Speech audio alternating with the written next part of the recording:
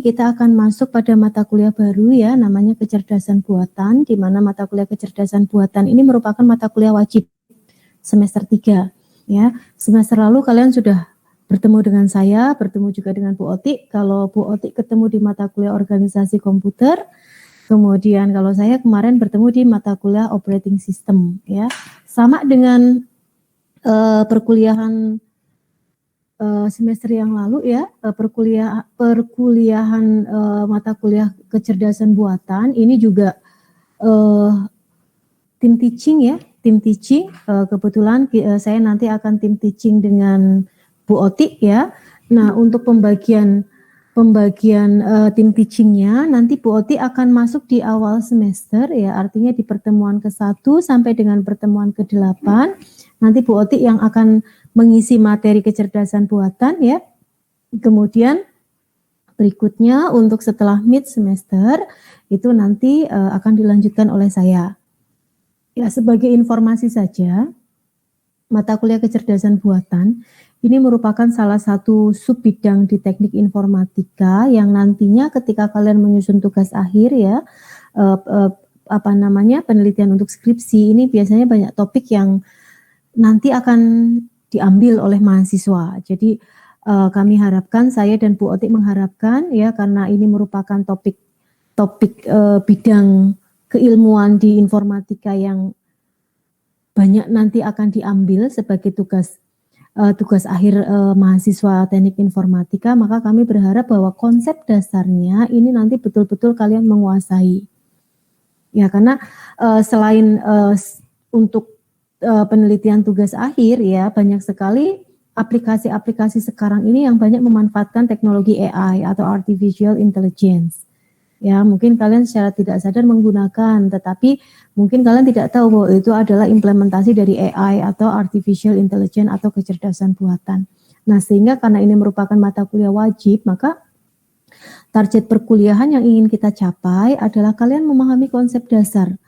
Ya, konsep dasar secara menyeluruh dari AI atau artificial intelligence. Nah, saya akan sharekan ya terkait gambaran materinya ya, sehingga nanti diharapkan kalian nanti akan bisa meraba-raba nanti yang akan kita pelajari pada mata kuliah AI, artificial intelligence ya, itu apa saja. Nah,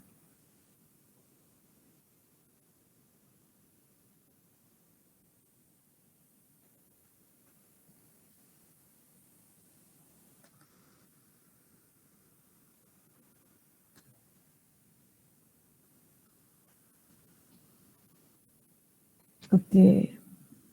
Bisa terlihat slide-nya?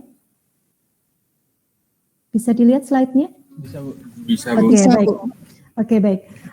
Bisa, Bu. Saya akan masuk nggak banyak ya, ini hanya sekitar 7 slide saja untuk memberikan gambaran ke kalian terkait nanti yang akan kita pelajari pada mata kuliah AI atau artificial intelligence itu apa saja ya. Jadi kalau kita melihat dari namanya kecerdasan buatan ya, kecerdasan buatan, saya yakin kalian sudah akan bisa meraba-raba bahwa tujuan dari mata kuliah ini adalah membuat sebuah sistem di mana sistem ini itu dikatakan sebagai sistem yang cerdas. Ya, kalau kita melihat dari kata pembentuknya kecerdasan buatan, berarti kita membuat sebuah sistem di mana sistem tersebut itu merupakan sistem yang cerdas. Nah, pertanyaannya adalah sebuah sistem itu akan dikatakan sebagai sistem yang cerdas ini jika seperti apa? Batasan cerdas oleh sebuah sistem itu seperti apa? Ada beberapa definisi yang dikemukakan oleh ahli. Ya, karena artificial intelligence atau AI ini merupakan bidang ilmu yang sebenarnya sudah lama sekali diterapkan ya di aplikasi-aplikasi baik yang komersial ataupun non komersial ya, sehingga pengertian AI itu dari tahun 1987 pun itu sudah ada ya. Jadi pengertian AI atau artificial intelligence itu kalau kita merujuk pada pengertiannya Simon itu dikatakan bahwa AI ini merupakan aplikasi atau penelitian atau pemrograman komputer di mana aplikasi, penelitian, dan pemrograman ini dapat melakukan sesuatu hal yang itu dikatakan sebagai cerdas. Ya, cerdas itu apa? Cerdas itu yo pinter, Ya, pintar dalam hal apa? Bukan hanya pintar secara intelektual saja, tetapi juga terkait dengan strategi. Ya, ini pengertian pertama dari kecerdasan buatan menurut Simon. Kemudian pengertian ini diperbarui lagi oleh Minsky tahun 1989 bahwa kecerdasan buatan atau AI atau artificial intelligence itu bukan saja melakukan sesuatu hal yang ketika itu dilakukan kegiatan tersebut dikatakan cerdas, tetapi kalau menurut Minsky bahwa kecerdasan buatan ini adalah suatu ilmu yang mempelajari cara membuat komputer, ya, artinya di sini meliputi aplikasi dan pemrogramannya, di mana aplikasi dan pemrogramannya ini melakukan sesuatu seperti yang dilakukan oleh manusia. Ya, ini pengertian AI. Jadi kalau menurut Simon ini hanya melakukan doing something, ya, doing something di mana itu masuk dalam kategori smart atau cerdas. Tetapi kalau Minsky ini mengatakan bahwa program tersebut, aplikasi tersebut ini bisa melakukan seperti apa yang dilakukan oleh manusia. Kalau manusia bisa memprediksikan, maka sistem komputer tersebut juga harus bisa memprediksikan sebagaimana manusia memprediksikan. Ya, kalau manusia bisa mengenali suatu pola, ya, jadi ketika teman kalian lewat di jalan, ya, kalian kan akan bisa mengenali, oh itu si A. Ya, maka sistem komputer pun, ya, diprogram untuk bisa melakukan pengenalan pola sebagaimana yang dilakukan oleh manusia. Ketika kalian akan pergi ke suatu tempat, itu kan ada banyak rute yang bisa kalian lalui. Nah, biasanya ketika kita akan melakukan suatu perjalanan, untuk menentukan rute yang tepat, ya, biasanya kita melewati proses berpikir dulu.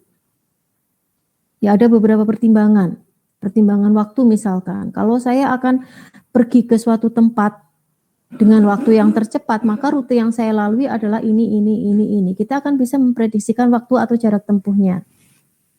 Kalau misalkan yang kita pertimbangkan adalah sambil jalan-jalan, ya, wasting time, killing time. Saya waktunya lagi longgar, tidak ada kerjaan, gabut misalkan seperti itu. Saya pengen pergi ke A, biar tidak bete, biar tidak bete, saya cari jalan yang lebih rame misalkan. Di situ ada proses berpikir, ya, untuk memprediksikan rute mana yang nanti akan kita lalui. Nah, suatu program komputer atau aplikasi yang bisa melakukan pekerjaan sebagaimana yang dilakukan oleh manusia, itulah yang dikatakan sebagai sistem cerdas. Nah, kemudian pengertian ini diperbarui lagi oleh Rich and Knight tahun 1991, di mana AI ini adalah sebuah studi tentang bagaimana membuat komputer dapat melakukan hal-hal yang lebih baik dari yang dilakukan oleh manusia. Jadi tidak hanya seperti apa yang dilakukan oleh manusia, tetapi outputnya ini bisa lebih baik dari apa yang dilakukan oleh manusia. Ya. Jadi sistem cerdas ini nanti akan bisa merekomendasikan output yang hasilnya itu jauh lebih baik dari yang dilakukan oleh manusia, lebih konsisten, ya, lebih akurat, ya, kemudian lebih efektif, efisien dari beberapa item penilaian. Inilah yang disebut dengan kecerdasan buatan.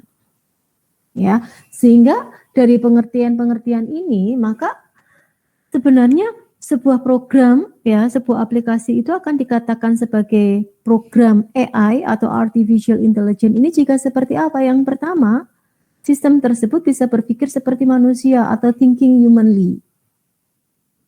Kalau sebuah aplikasi kemudian di dalam dia melakukan problem solving, ya, penyelesaian masalah, cara berpikirnya itu sudah seperti manusia ketika menyelesaikan masalah atau disebut dengan thinking humanly, maka ini masuk dalam ranah AI atau artificial intelligence.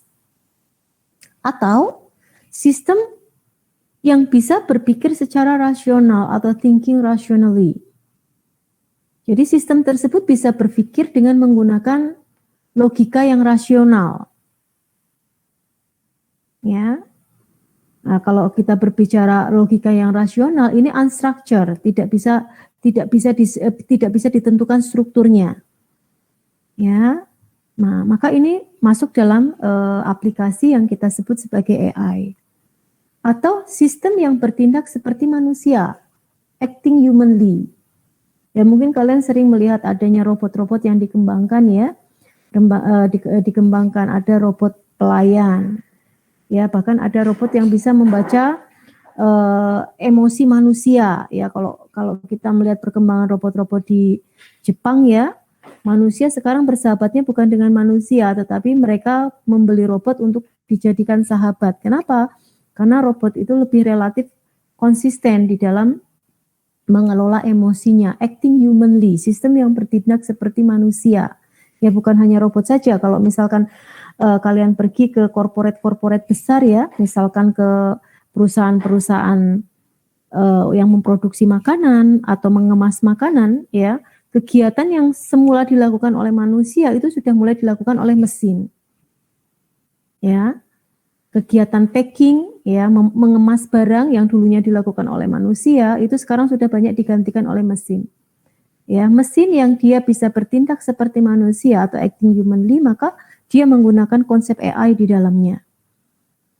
Ya, kemudian sebuah aplikasi atau program komputer itu dikatakan sebagai AI, artificial intelligence, ini apabila sistem yang bertindak secara rasional, bukan hanya berpikir rasional, tetapi juga acting rasional.